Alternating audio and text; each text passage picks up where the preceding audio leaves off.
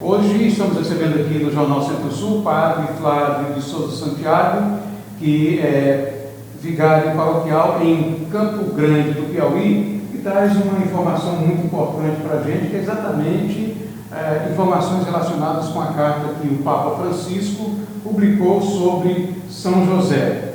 Padre Flávio, por que o Papa tomou a iniciativa de publicar uma carta sobre São José, inclusive de dedicar um ano, criar um ano em dedicação a São José? Boa tarde. Boa tarde, Erivan. Lhe cumprimento antes de responder a sua pergunta e também a aqueles e aquelas que estão aí acompanhando o jornal na TV Centro-Sul. Erivan, o Papa Francisco recordou à Igreja uma recorrência já acontecida há 150 anos atrás, que foi a declaração de São José como padroeiro universal da Igreja, pelo Papa Pio XI, no ano de 1870. Completando os 150 anos, o Papa Francisco, outra vez, apresenta a pessoa do pai adotivo de Jesus, São José, conhecido como carpinteiro, o operário de Nazaré, como uma pessoa capaz de iluminar a caminhada da Igreja no seu conjunto e também individualmente, porque ele é exemplo para cada pessoa que aceita Jesus como Salvador, como Senhor. Então, esse ano josefino foi iniciado no ano passado, em novembro do ano passado, e se estende até novembro desse ano, animado por uma carta chamada Patris Corde, que significa com o coração de pai, com o qual o Papa apresenta suas reflexões pessoais e também teológicas sobre a pessoa do pai adotivo de Jesus. O senhor destacaria nessa carta que o Papa escreveu, aí focando São José? Primeiro, Erivan, queria dizer também para os telespectadores, para aqueles que nos acompanham, que eu estou abordando esse mesmo tema na Rádio Cultura de Picos, FM Cultura de Picos, aos sábados, no programa Amor e Vocação, que é um programa levado ao ar nas manhãs de sábado, a partir das 11 horas, pelas irmãs do colégio, as queridas cordimarianas. Erivan, a carta é bem simples. Ela tem uma introdução, no qual o Papa faz referência a elementos históricos, quem foram os seus predecessores que apresentaram a pessoa de São José como uma pessoa capaz de iluminar a Igreja. O Papa Pio XI o declarou protetor da Igreja Universal, o Papa Pio XII o fez protetor dos operários, o Papa João Paulo II escreveu uma carta sobre São José chamada O Guardião, o Custode do Redentor, Redemptoris Custos, e agora o Papa, o atual pontífice, o Papa Francisco, o argentino Bergoglio, novamente apresenta a pessoa de José a toda a Igreja. Depois dessa, digamos assim, incursão histórica, o Papa apresenta a pessoa de São José no aspecto da paternidade. É muito delicado, é muito bonito como o Papa apresenta a paternidade de São José, destacando 8 elementos dessa paternidade. Eu não vou declinar os elementos, mas somente citar alguns. Por exemplo, São José exerce a paternidade como um pai amoroso. São José exerce a paternidade na obediência a Deus, que é o Pai, digamos assim, em letras garrafais. São José exerce a paternidade no acolhimento, na criatividade, na ternura. E um aspecto que eu gosto muito, que eu penso que está ligado muito ao dia de hoje, porque nós vamos entendendo que a figura paterna, ela não tem apenas o aspecto biológico. Para usar uma expressão popular, o pessoal diz assim: pai não é quem faz, mas quem cria. Pois essa expressão aparece quando o Papa fala de São José como pai na sombra. Ele retoma uma expressão de um escritor polonês chamado Jan Dubrosinski. Eu não sou polonês, eu não sei. Eu nem conheço essa língua, porque eu não sei como é que se pronuncia um C com um Z. se alguém aí que está nos escutando puder ajudar, dizendo como é que se pronuncia. Ele escreveu um livro, um romance muito interessante sobre São José. Pai na sombra, no sentido de que ele não é o pai, digamos assim, por direito, pai biológico, porque Jesus é filho de Deus, mas ele faz às vezes de pai, é aquele que criou, que educou, que nutriu. Então é um aspecto, digamos assim, que nós podemos linkar de maneira muito eloquente a pessoa de São José com tantas experiências de paternidade que nós constatamos nos dias de hoje, não é? Então é bonito esse aspecto, eu gosto. Quem sabe, noutra oportunidade, nós vamos declinar cada um desses aspectos. Padre Flávio, exatamente, realmente é algo muito sutil. Sutil, né? afetuoso, de uma simplicidade, mas de uma simplicidade envolvente. Envolvente. E, de certo modo, é convidativo para se penetrar nessas... São coisas muito profundas também, né? Eu, por exemplo, o Papa coloca em destaque a pessoa de José como aquele que faz um trabalho essencial, mas um trabalho que não aparece assim de primeira mão. Você pensa, nós estamos num tempo de pandemia, já no 2º ano.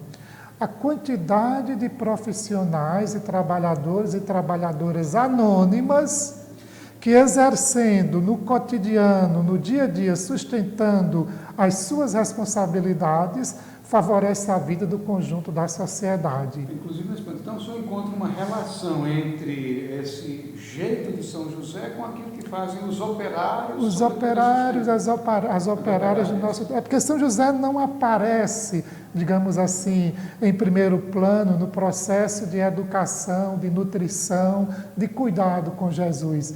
Pense nas pessoas que trabalham nos hospitais.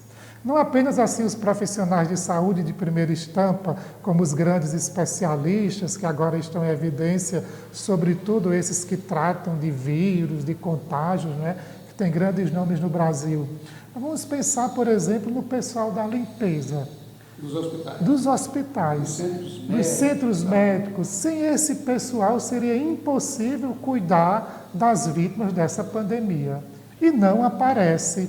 Mas eles garantem, digamos assim, um ambiente que favorece a cura de tantos irmãos que são vítimas, que contraíram a Covid. Ou o pessoal do setor de alimentação, que coloca os mantimentos nos supermercados, que controla o transporte dos mantimentos de um lugar para outro. Sem essa turma, estaríamos numa situação mais difícil do que nós nos encontramos. Redobrado. Então, São José, no seu processo do exercício da paternidade, ele não aparece, mas na humildade, na simplicidade, na fidelidade, ele vai garantindo uma presença qualificada, qualitativa, ao lado de Jesus, como esses irmãos, não é, nossos, que estão aí trabalhando de maneira anônima, mas que é um trabalho qualificado e que garante o funcionamento da sociedade. A propósito, você citou Jesus, então, São José, ele teologicamente também deve ter alguma coisa que explique, por exemplo, ele teve influência sobre Jesus? Com certeza. Se você me permite, os dados, se nós acessarmos os dados da psicologia do desenvolvimento ou a da psicologia da formação da personalidade, hoje já está claro que os filhos carregam muito dos seus pais. E às vezes os pais não se dão conta da influência que eles exercem sobre os filhos. Até mesmo quem cuida, por exemplo, quem faz o trabalho de babá ou de professor, do ponto de vista psicológico, tem uma grande influência na formação da personalidade, na formação da índole, na formação da maneira de ser da pessoa. Ora, se você considera que Jesus era igual a nós em tudo, exceto no pecado, era uma pessoa humana, então a pessoa de José, enquanto homem, referência necessária para a formação da personalidade do indivíduo, com certeza ecoou na vida de Jesus e contribuiu para a formação da sua personalidade.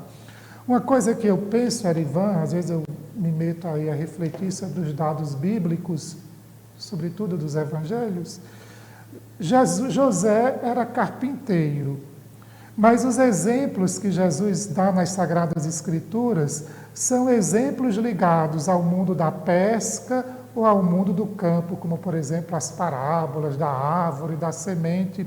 Então eu fiquei pensando, se Jesus era conhecido como filho do carpinteiro, e provavelmente ele deve ter aprendido alguma coisa dessa profissão, porque no seu tempo era comum que o filho aprendesse vivencialmente com o pai para adquirir uma profissão. De que maneira o aspecto do profissional da carpintaria aparece no discurso de Jesus? Me veio em mente as muitas referências que Jesus faz à casa. Porque para construir uma casa precisa de alguém que entenda de teto, de carpintaria, de viga, de porta, de janela. Então tem muito, Jesus fala do homem que construiu a casa sobre a rocha e o outro que é insensato e constrói sobre a areia. Jesus fala de um homem que foi construir uma torre e os construtores não calcularam bem quanto deveriam gastar e tiveram que deixar o trabalho pela metade. Tem outro que diz que uma torre caiu e matou vários galileus. Então, provavelmente, nós encontramos aí na vida de Jesus um espaço de repercussão da profissão de José, da influência de José sobre a pessoa do Filho de Deus. E tem outros aspectos, né? Um tema assim tão candente que nós podemos desenvolver tanto em outros temas que, infelizmente, o nosso tempo não permite. Agora, Erivan, um tema que está muito em meu coração e que o Papa também destaca, falando de José de homem obediente, você pensa o desafio do ponto de vista da obediência a Deus que José não viveu. Os fatos excepcionais são ligados aos primeiros anos da vida de Jesus. Os anjos que vieram cantar na noite de Belém, a visita dos magos, quando Jesus leva o menino ao templo para apresentá-lo, o velho Simeão e a velha Ana se apresentam ao casal de Nazaré e fazem elogios, deixando-os até perplexos, porque Simeão diz a Maria, uma espada vai entrar no teu coração.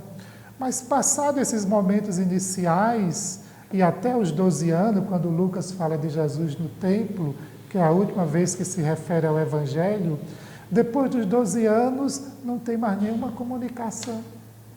Aí Jesus começa o ministério dele. E José acompanhou esse menino que se fez adolescente, o adolescente que se fez jovem, sem ver nada de extraordinário, mas aceitando no seu íntimo a missão de obedecer a Deus e de cuidar daquele rapaz que a ele foi confiado, porque ele era filho de Deus. Que é uma experiência da espiritualidade que está ligada a um místico espanhol do século XV, São João da Cruz. Ele nasceu em 1524, morreu em 1591, escreveu um poema chamado Numa Noite Escura.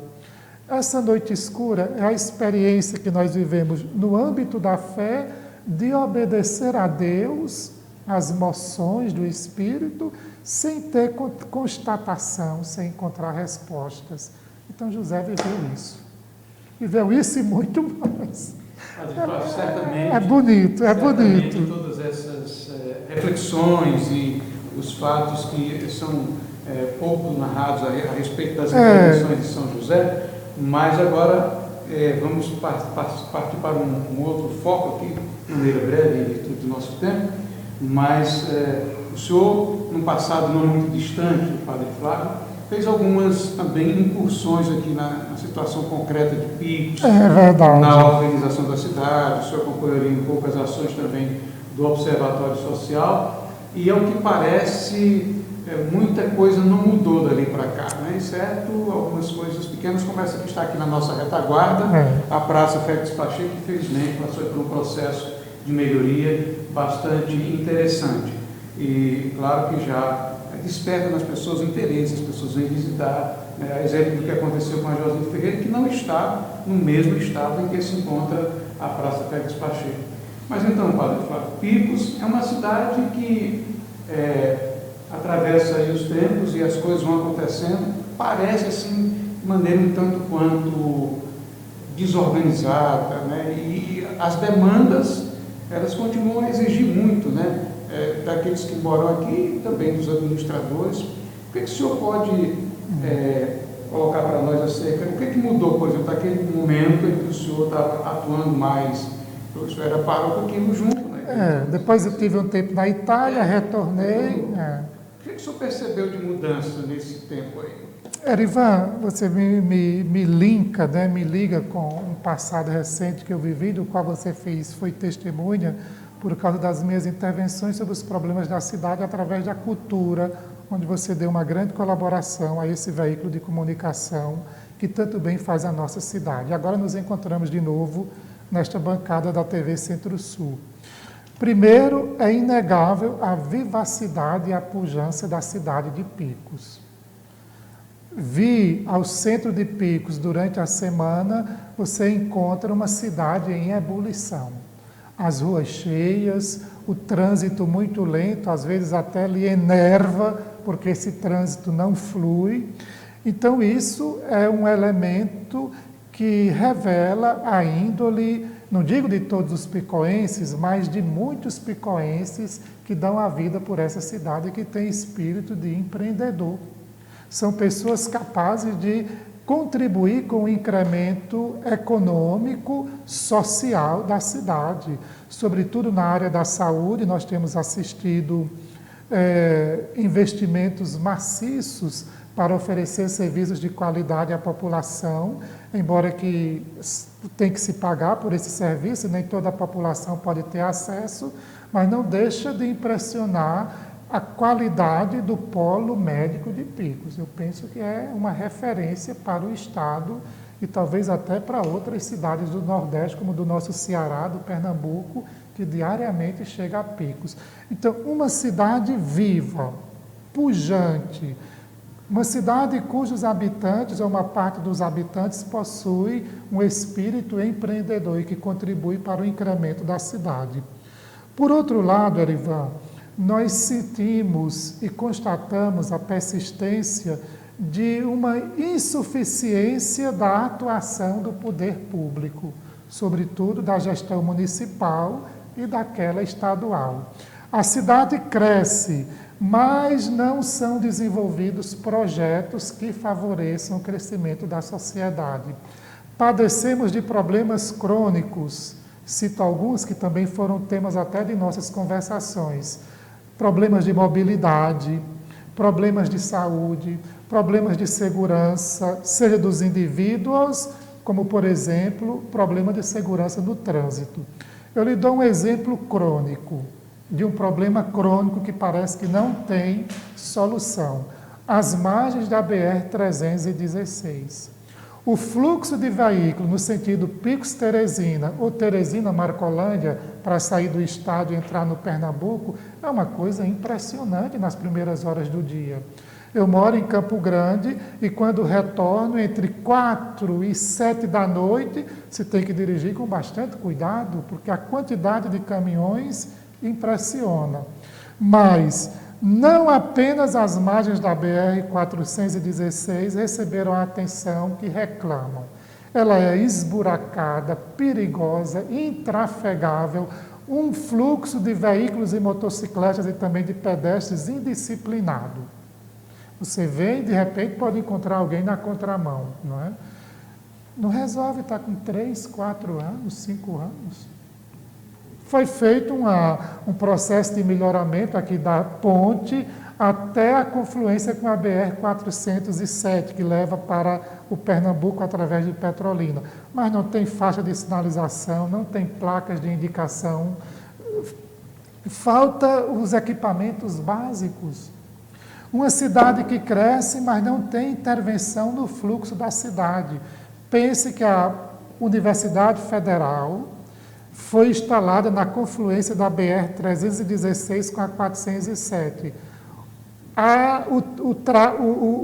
O desenho da estrada permanece o mesmo. Ora, a universidade tem mais de 2.000, 3.000 alunos, não tem um sinal, não tem uma faixa de trânsito. Então, como é que uma cidade que cresce, mas ela não recebe os aportes em termos de transformação da sua estrutura para apoiar e favorecer esse crescimento. Então, nós temos, de fato, problemas crônicos que precisam ser debatidos, refletidos, precisa fazer a cidade pensar sobre essas situações e instar aqueles que nos governam a vir a público e dizer como pensam, como propõem a solução para esses problemas que são pontuais, são de ontem, de hoje e parecem que vão continuar. Quando o senhor fala isso, eu me lembro aqui que cidades talvez um pouquinho maiores que Picos, tipo Caruaru, Sobral, aqui no Ceará, Juazeiro do Norte, todas essas cidades aí de encravo, né, de um porto, sofreram por intervenções estruturais, sobretudo nesse aspecto que o senhor coloca aí da mobilidade, para facilitar. Agora, só muito tempo depois aqui em Teresina, né, teve lá o seu Rodoanel, né, já está pronto, e agora estão fazendo aquela duplicação até Demerval, né, mas a gente percebe que no estado do Piauí e nos outros estados as coisas acontecem, por exemplo, duplicação de Caruaru a Recife, né, que é uma distância considerável, de Feira de Santana a Salvador, né, enfim, ligando as capitais a gente fala, estamos falando de cidades do interior. E o Piauí, nesse aspecto da mobilidade, é realmente terrível. Eu não vou citar nomes, mas aí uma personalidade do Legislativo Municipal, tempos atrás, não é, alardeou, eu chamo canto de sereia, alardeou que um grupo ia fazer aquilo, outro grupo ia fazer isso, iriam demolir a passarela para criar novas saídas e entradas para a cidade, adequando a esse momento que nós estamos vivendo, mas passa uma legislatura, entra outra legislatura e a situação permanece a mesma. Nós ficamos aí às mercês das bondades de Deus e de Nossa Senhora dos Remédios, que nunca abandona os picoenses que têm tanta fé. Eu posso dizer que a entrevista foi concedida a mim, na Rádio Cultura, né? Então, e aí não tem nenhum propósito. O ex-governador Wilson Martins falou em entrevista à Rádio Cultura, uma entrevista que concedida a nós estávamos lá na apresentação do Jornal da Cultura, que tinha deixado o dinheiro para fazer 2 elevados nas principais, que seria um elevado aqui nessa entrada aqui da Estrada dos Santos, que vem para a igrejinha, e um outro elevado lá na entrada da Avenida Severo Lago. Esses 2 elevados, ele disse que o dinheiro ficou, né? E disse também, falou sobre o alargamento das pontes, o alargamento das pontes foi feito. Mas os 2 elevados... Estamos esperando. Estamos esperando pelos 2 elevados. Né? Isso não é tudo, porque na verdade precisa muito mais, né, Padre? Claro, claro. Mas... São problemas, como eu digo, crônicos, né? Que criam um obstáculo à pujança da cidade. Ela cresce, é inegável que Picos cresce, sobretudo no aspecto, digamos assim, populacional. Pense agora que ao lado do terceiro beck, na frente do Conjunto Pantanal, aquilo ali está tudo loteado. Aqui a uns anos, não digo nem 5 anos, nós teremos centenas de residências. Agora, quem mora no Pantanal, para sair do Pantanal e acessar a BR-316, tem que ter muito cuidado. Só para concluir, quando o senhor fala em mobilidade, imaginando daqui a 10 anos, por exemplo, a expansão da cidade e a precariedade, por exemplo, do transporte público em Picos. Essa é uma chagas que é uma ferida aberta, que eu era criança e os picoenses que moram no Junco, na ABB, nessa parte aí de Picos, já choravam por causa da precariedade do sistema de transporte público. Queremos aqui, em virtude do tempo, agradecer ao padre Flávio de Souza Santiago, que é vigário em Campo Grande. Eu sou auxiliar do padre Antônio Mendes, que é pároco de Monsenhor Hipólito. Vigário paroquial de Monsenhor Hipólito. E pedir que o senhor venha mais vezes. Sim, podemos vir. O jornal está à disposição. E também trazendo aí sempre essas reflexões que são muito importantes no campo também da dimensão aí da fé.